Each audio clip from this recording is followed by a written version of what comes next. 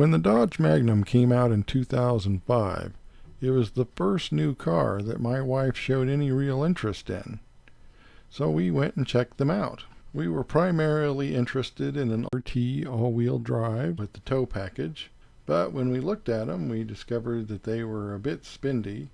We weren't thrilled with the visibility out the back, and you couldn't get a manual transmission, something we considered a must when paying new car prices. But a dozen years later, we decided that our Civic Si Coupe was just simply too small and needed something roomier.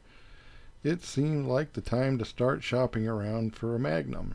Dealers seemed to think that they were made of gold, frequently asking significantly above market value, even for ones that weren't in very good shape. But after test driving a dozen or so, we finally found one that was in good shape for a reasonable price. It wasn't all-wheel drive, but it was an RT with the tow package. Technically it was a police package, but that amounts to the same thing. It features hand-painted pinstriping and has upgraded wheels and tires, as well as custom exhaust.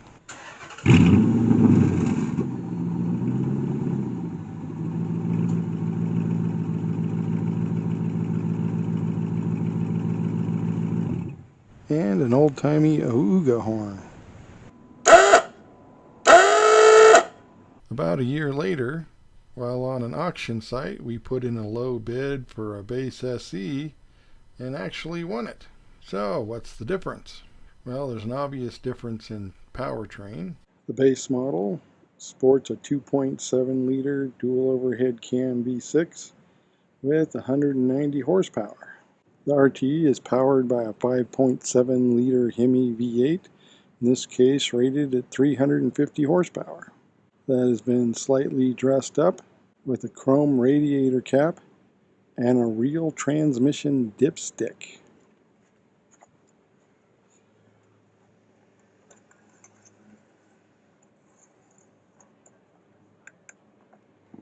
The difference between the two cars that I find a little odd is that the RT's hood is held up with hydraulics,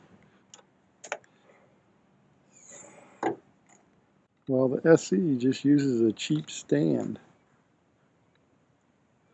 The V6 is backed by a 4-speed automatic and has open cup holder in the center console. The V8 is backed by a 5-speed automatic with the manual shift option. The RT has a fancier covered cup holder. The RT has a power sunroof.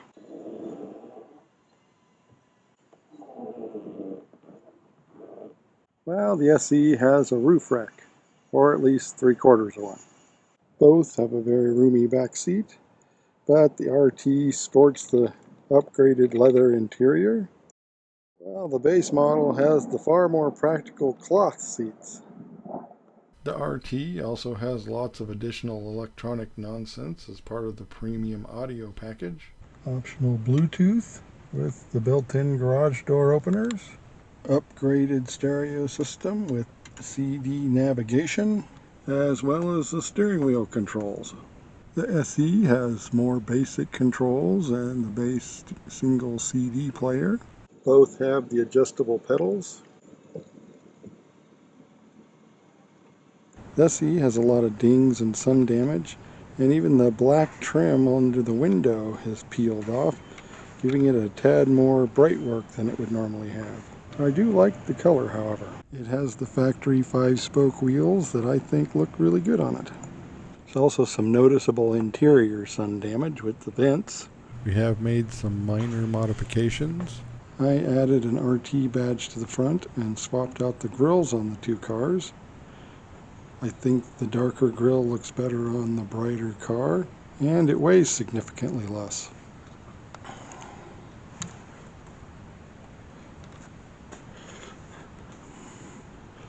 Added some stripes to the base car, buffed out the headlights so they weren't so fogged up. The brighter grille work helps, and I put some chrome tape over where the fog lights would go to brighten it up even more. Being Magnums, they have plenty of cargo space, even with the seats up, and even more with them folded down. So, how do they drive? Obviously, the RT is faster and better handling and better equipped, and equally as obvious, doesn't get as good a gas mileage. Less obvious is that it's a better winter driving car with the better rubber and the traction control and the heated seats. But it can get a bit drony at speed.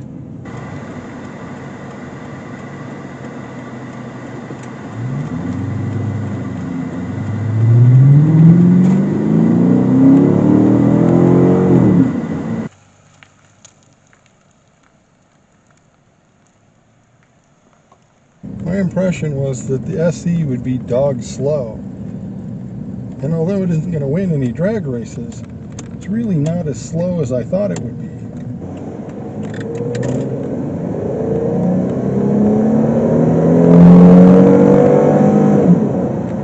And it makes a much better daily driver, particularly in the summertime when you don't want to be stuck to leather seats. I do like both of these cars. The SE is much smoother. Will we keep the SE? Well, probably not. It's not really something we need, and the money could be put to better use on one of the other project vehicles. As always, thanks for watching, and don't forget to like and subscribe.